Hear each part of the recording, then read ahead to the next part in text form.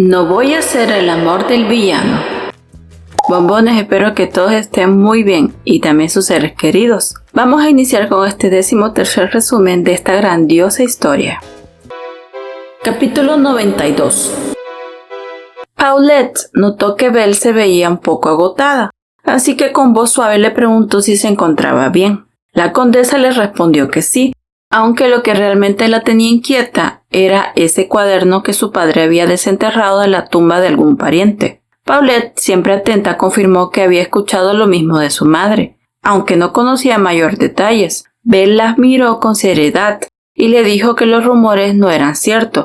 Su padre jamás haría algo tan inapropiado como andar cavando tumbas, así que le pidió que lo olvidara. Entonces la doncella acató la orden. Belle suspiró y meditó. La situación estaba más enredada de lo que imaginaba. No podía creer que su padre hubiera hecho algo así para salvar la vida de su madre. En ese imperio, sacar a un ser querido de su descanso eterno era una falta gravísima. Una que dejaba manchada la reputación de una familia para siempre. No solo afectaba a los futuros matrimonios, sino que podía aislarlos del círculo aristocrático por completo. Fue un comentario externo lo que la sacó de sus pensamientos. Alguien se quejaba de que el bebé aún no tenía nombre. La protagonista llamó a Argos. Él le preguntó qué estaba pensando. Belle admitió que tenía razón, ni siquiera había tenido tiempo para buscar un nombre. El bebé, como si entendiera la conversación, comenzó a llorar.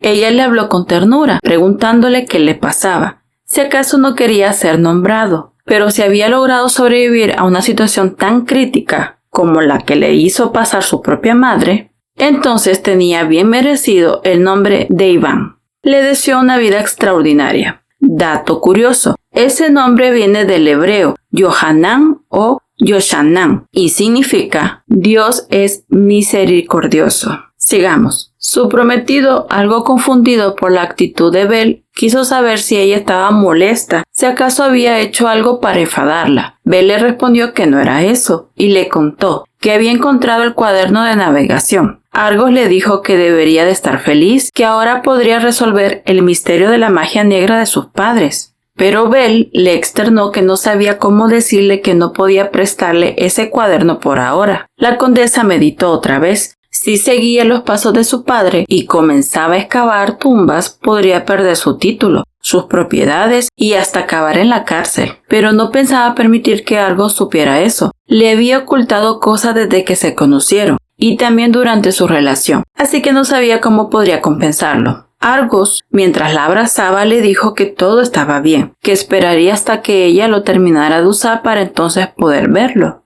Belle se lo agradeció y pensó, ¿por qué su prometido era tan amable? En ese momento, nuestra rubia le avisó que le había prestado el anillo salvavidas que él le había dado al bebé, ya que él era aún muy pequeño y no podía protegerlo en todo momento. Argos, en vez de enojarse, le dio un golpecito en la cabeza y le dijo que era una boba, pero una boba linda, porque ese niño también era su familia y lo cuidaría junto a ella mientras creciera. La protagonista reflexionó, Argos realmente era digno de ser el hombre que había elegido. Entonces se colocó de puntillas y lo besó con cariño, agradeciéndole por ser un buen prometido. Justo entonces llegó corriendo Williams a interrumpir el momento romántico, anunciando que el maestro de la torre y su hijo habían llegado para conocer al nuevo hijo del condado. Belle se separó enseguida de Argos y pidió que los hicieran pasar a la sala de recepción.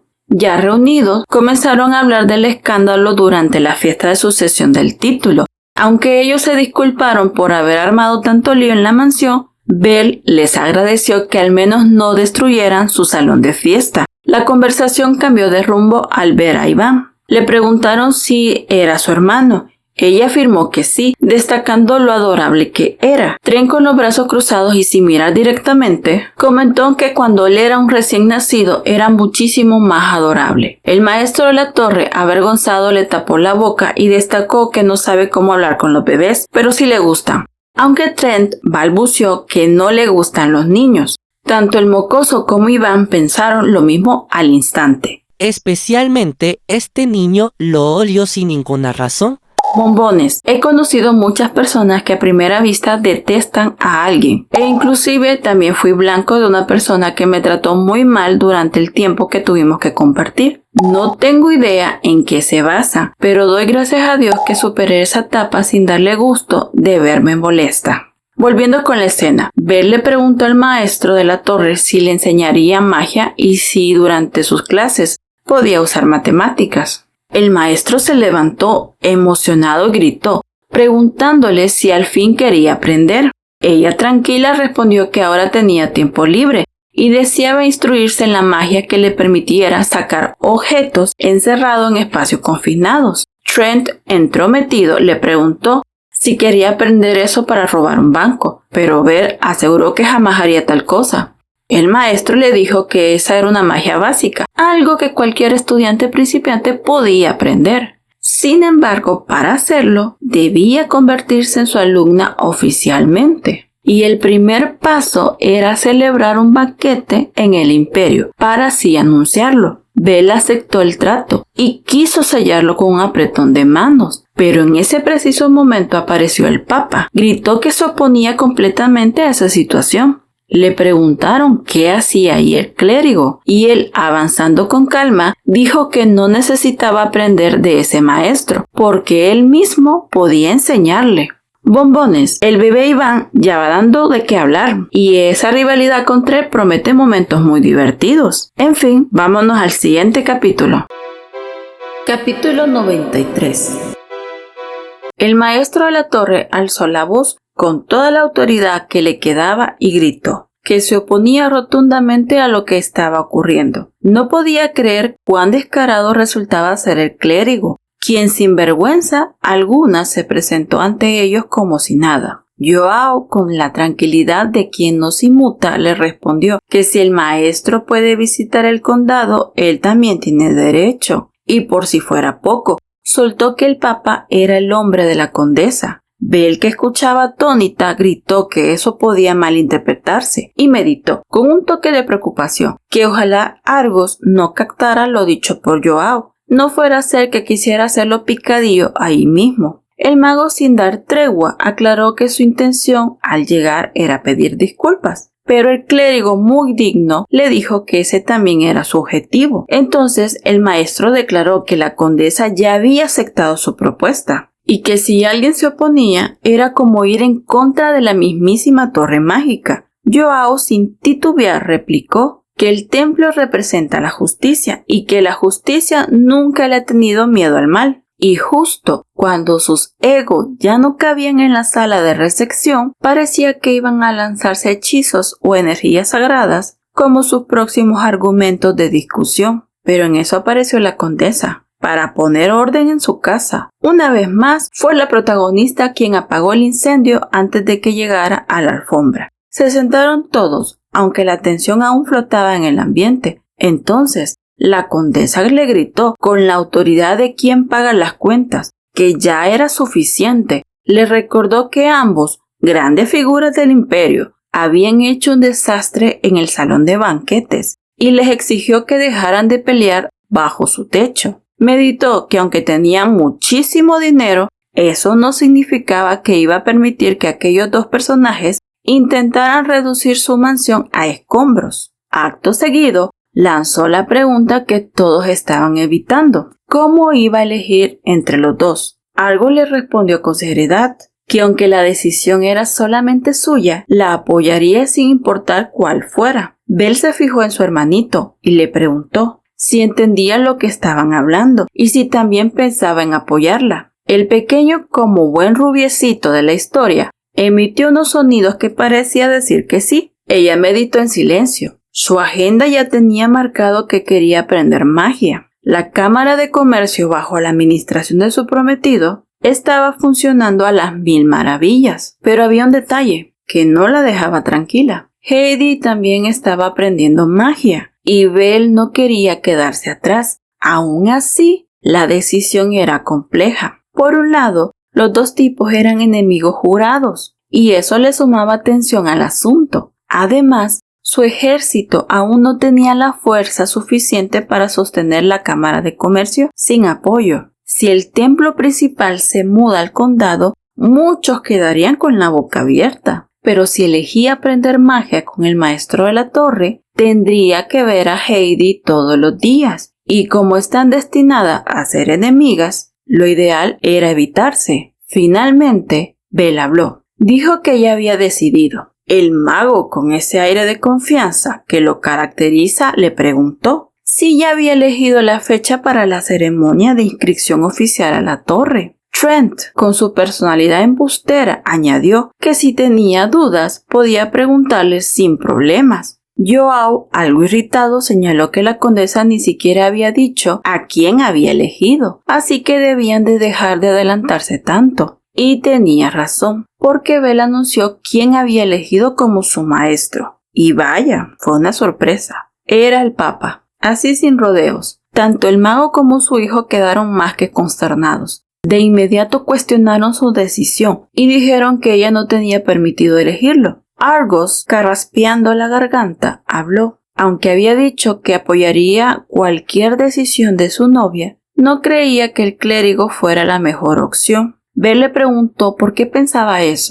Él le respondió que Joao solo había tenido una estudiante en toda su vida, la mismísima princesa del imperio Rolai. Pero por razones desconocidas, ella había estirado la pata por culpa del clérigo. Así que según Argos, no pensaba permitir que su prometida se acercara a alguien tan peligroso. La condesa tomó nota del comentario y con la determinación que le caracteriza, le preguntó directamente a Joao si era verdad. ¿Había desvivido a su única estudiante? Joao, con una expresión que le habría dado escalofríos hasta la huesuda, respondió que hablar de eso no era fácil. El maestro de la torre, como quien lanza una advertencia, señaló que tarde o temprano tendría que saldar esa cuenta. Argos, haciendo de muro protector, dijo que la actitud del clérigo no le daba buena espina y por eso no podía permitir que fuera su maestro. Pero Belle no es de las que se dejan controlar fácilmente. Le pidió a su prometido que tuviera paciencia, que necesitaba escuchar la respuesta de Joao. Entonces el Papa, mirándola fijamente, le respondió que él no había desvivido a nadie y le preguntó: ¿confías en mí? Bombones, esto no me lo esperaba. Yo estaba más que segura que el Papa iba a justificar sus acciones. Pero es mejor irnos al siguiente capítulo para averiguar qué le contestará Belle.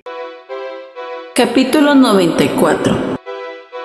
La protagonista no se dejó impresionar por los discursos de Joao. Le contestó muy segura que las palabras no son ningún tipo de prueba. Si de verdad quería demostrar su inocencia, tenía que presentar evidencias de que no fue él quien le quitó la vida a esa mujer. Argos, siempre escéptico, agregó que dudaba mucho que tuviera alguna. El maestro de la torre no se quedó callado y le recomendó a la condesa que no perdiera el tiempo con ese tipo de personas. Pero ahí fue cuando Trent, que no suele ser muy sociable, la sorprendió alentándola a unirse a la torre mágica. Belle, con ese aire serio que la caracteriza, fue muy clara. Si su santidad no tenía pruebas, entonces tendría que retractarse de su decisión. Pero justo cuando la tensión subía como espuma de chocolate caliente, Joao levantó la mano. Dijo que sí tenía pruebas y se lanzó con una historia digna de una telenovela mágica. Contó que en una noche de esas donde los truenos compiten con los tambores del destino, un niño maldecido por magia negra fue a pedir ayuda a la iglesia. La princesa, conmovida, quiso ayudarle, pero lo que no sabía era que eso marcaría el inicio de su desgracia. El niño, muy vivo, transfirió la maldición a la princesa. Cambió su propia carga oscura hacia ella. Después, en plena batalla por la sucesión al trono, su esposo, que tenía el corazón más frío y agrio que una paleta de limón, la traicionó.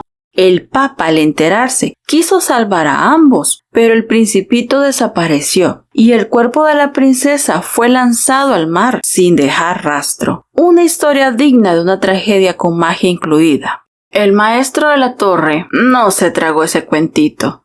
No era más que su testimonio sin pruebas que lo respaldaran, pero Joao le respondió que no le importaba ser llamado mentiroso, con tal que su estudiante no hubiera terminado así. La protagonista reflexionó profundamente. Pensó que esa princesa heredera de la que hablaba su santidad podía ser su madre. Ella falleció joven. Sí, todo cuadraba. Su esposo la había incriminado y empujado al acantilado, pero no falleció. Fue rescatada por piratas, o a medias, porque también fue vendida en Nat. Ahí fue donde conoció a su difunto padre. O sea, la caída al mar sí ocurrió y la maldición también era real. Por eso, el ex conde había estudiado magia negra con tanto afán, todo para salvar la vida a su madre. Joao siguió hablando, diciendo que había pasado años buscando tanto a la princesa como a su hijo. Ellos eran la prueba viviente de que su historia era cierta. Nuestra rubia entonces le preguntó si tenía alguna pista, pero él contestó que no, ni personas que la hayan visto. Lo único que recordaba era que el principito era de una edad muy parecida a la de ella. Entonces Argos, siempre directo, le preguntó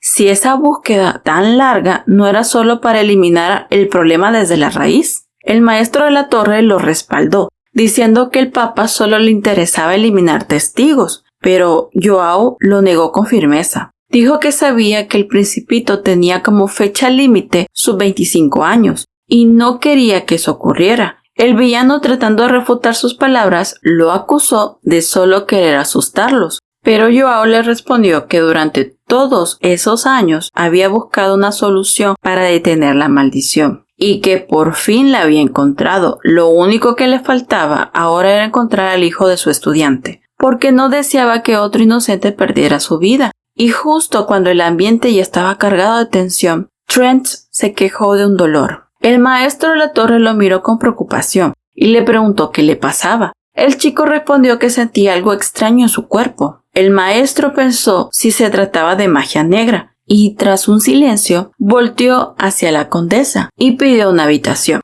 La enfermedad de su hijo había vuelto y debía sellarla antes de que fuera tarde. Belle, siempre tan dispuesta, le dijo que lo guiaría a una, pero cuando iban saliendo, el papa los detuvo a los tres. Algo quería decir y la situación se volvió más sospechosa que pastel sin azúcar, porque necesitamos saber a quién se le olvidó agregarla. Bombones, toda esta situación es muy sospechosa. Vámonos al siguiente capítulo para averiguar qué es lo que quiere decirles Joao. Capítulo 95. Joao gritó que se detuvieran justo allí, mientras el maestro de la torre no se anduvo con rodeos y le soltó que cuanto más tiempo pasara, peor se pondría la situación de Trent, o quizás lo estaba haciendo a propósito para eliminarlo. El papá no se quedó callado y le respondió que el único con ganas de deshacerse de ese chico era él. En medio del calor de la discusión, el maestro de la torre le gritó que no dijera estupideces. El clérigo le lanzó una bomba. El chico no estaba enfermo, tenía una maldición. Nuestra rubia, que hasta ese momento no sabía nada, se dio por enterada. Joao insistió que quería seguir ocultando la identidad del joven misterioso. Belle, que estaba más perdida que calcetín en lavadora, preguntó quién era ese muchacho. El maestro de la torre respondió que era su sucesor, el próximo dueño de la torre mágica. Pero el papá no se dejó engañar y le reclamó que dejara de negar la realidad. Ese chico era nada más y nada menos que el hijo de la princesa heredera. La protagonista, que estaba conectando todos los puntos, dedujo que ese mocoso insoportable era su medio hermano. ¡Ay, bombones! ¡Qué novela tan enredada! Aunque había algo que no le cuadraba, porque era tan pequeño. ¿Será que su papá era chaparrito? Mientras tanto, Argos le preguntó qué le pasaba a su novia. Nuestra rubia le dijo que solo se había asustado un poquito, pero no era nada grave. El clérigo, por su parte, habló con voz solemne, diciendo que muy pronto toda la verdad sería revelada. El maestro de la torre estaba que echaba humo y reflexionó que el papa ya llevaba un buen tiempo husmeando por el territorio de Nat, sospechando de Trent. Belle, con cara de preocupación, le preguntó al villano que su primo se veía tan mal que para ella muy pronto la huesuda le haría una visita. El prometido, con su clásico estilo frío y directo, le respondió que si no le gustaba tener a alguien al borde del final en la mansión, los echaría. Dijo que no le importaba si el muchacho era hijo del maestro de la torre o el heredero perdido de una princesa, porque igual sería un escándalo para el condado. Belle respondió que eso ya era pasarse de la raya, pero lo que nadie esperaba era que el cuerpo de Trent empezara a cambiar. y rápido, al punto que la ropa se rasgó. Ante esto, Argos, todo protector, le tapó los ojos a Belle y le dijo que no tenía por qué ver cosas sucias. ¡Qué escena, bombones! Aquí uno no sabe si reír o echarse un taquito de ojos. En una habitación aparte, Belle preguntó qué significaba todo eso. Y por fin, el maestro de la torre abrió la boca para dar explicaciones. Dijo que había impuesto un hechizo para que el crecimiento de Trent se retrasara. Pero si no se aplicaba a tiempo, el chico volvería a su edad real. Joao habló con seriedad y le soltó que con solo eso se estaba engañando a sí mismo, porque la maldición de Trent era cruel. No terminaba nunca, iba de generación en generación, y lo peor, todos los afectados estirarían la pata máximo a los 25 años. El maestro de la torre, indignado, le gritó que no pensaba permitirlo. Belle meditó la situación. Si la fecha límite eran los 25 y si Trent llegaba al final del camino, ella sería la siguiente en la fila para cargar la maldición. Argos notó la cara de preocupación de su prometida y pensó que estaba afligida por su primo, pero también se le cruzó por la mente que su tío había escondido un secreto gigante, así que más adelante pensaba exigir una buena compensación a la torre mágica. El maestro de la torre soltó otro dato impactante. Ese mismo año, Trent iba a cumplir los 25 años. Eso fue como firmar el último día de vida de Belle. Sin pensarlo dos veces, llamó al Papa y le rogó que lo salvara. Nuestra rubia se arrodilló y dijo que pagaría cualquier precio por su sanación, incluso aceptar trasladar el templo al territorio del condado. Ojalá Argos no vaya a pensar que le gusta el mocoso. No, la razón es que quiere seguir viva. Bombones, sobrevivir es prioridad número 1. Y con esto nos vamos al siguiente capítulo. Capítulo 96. Argos la sostuvo del brazo con firmeza. La levantó y le preguntó con voz grave qué pretendía hacer. A su lado Joao también intervino, diciéndole que ella no tenía por qué recurrir a ese tipo de acciones, especialmente cuando él había sido su subordinado. Incluso su prometido le pidió que no le rogara al clérigo, que no importaba lo que fuera, él haría todo lo posible para lograr sus objetivos. Pero la protagonista con determinación hizo a un lado al villano y se dirigió directamente al Papa. Le preguntó si había aceptado su petición. El clérigo intrigado le cuestionó si acaso era la hija menor de la princesa heredera del Imperio Rolai. Argos, totalmente confundido, no entendía nada de lo que estaba pasando. Fue entonces cuando el maestro de la torre lanzó una bomba. Preguntó si la princesa heredera, al caer del agua, en realidad no había estirado la pata, sino que incluso había tenido una hija. Nuestra rubia sin titubear contestó que sí, que ella creía firmemente que su madre fue la princesa heredera, quien se había ido al más allá a una edad muy temprana. El clérigo entonces soltó una revelación aún más fuerte. Le explicó que probablemente la maldición no había pasado a ella por su padre, el anterior conde, quien entregó su vida para salvarla. Es decir, el padre se convirtió en ofrenda para que la huesuda no se llevara a su hija. La protagonista quedó tan impactada que no pudo decir ni una palabra. Argos, preocupado por ella, le pidió que se calmara, recordándole que aún necesitaban confirmar todo lo dicho. Justo en ese momento, Trent se despertó. Había escuchado absolutamente todo y lanzó una pregunta inesperada. ¿La condesa era su hermana biológica? Porque cuando la conoció siempre le pareció especial, y ahora todo tenía sentido. Él mismo admitió que sentía una necesidad constante por estar cerca de ella, aunque siempre la molestaba, como hacen los hermanos habitualmente. Por otro lado, hubo un momento que intentó mandarla directo con San Pedro. No hay que olvidarse de ese detalle. La protagonista no pudo soportarlo más, gritó que dejara de hablar y prometió que haría todo lo posible por salvarlo. Así que sin perder tiempo le gritó a Joao preguntándole si realmente podía hacerlo, si había forma de salvar a Trent.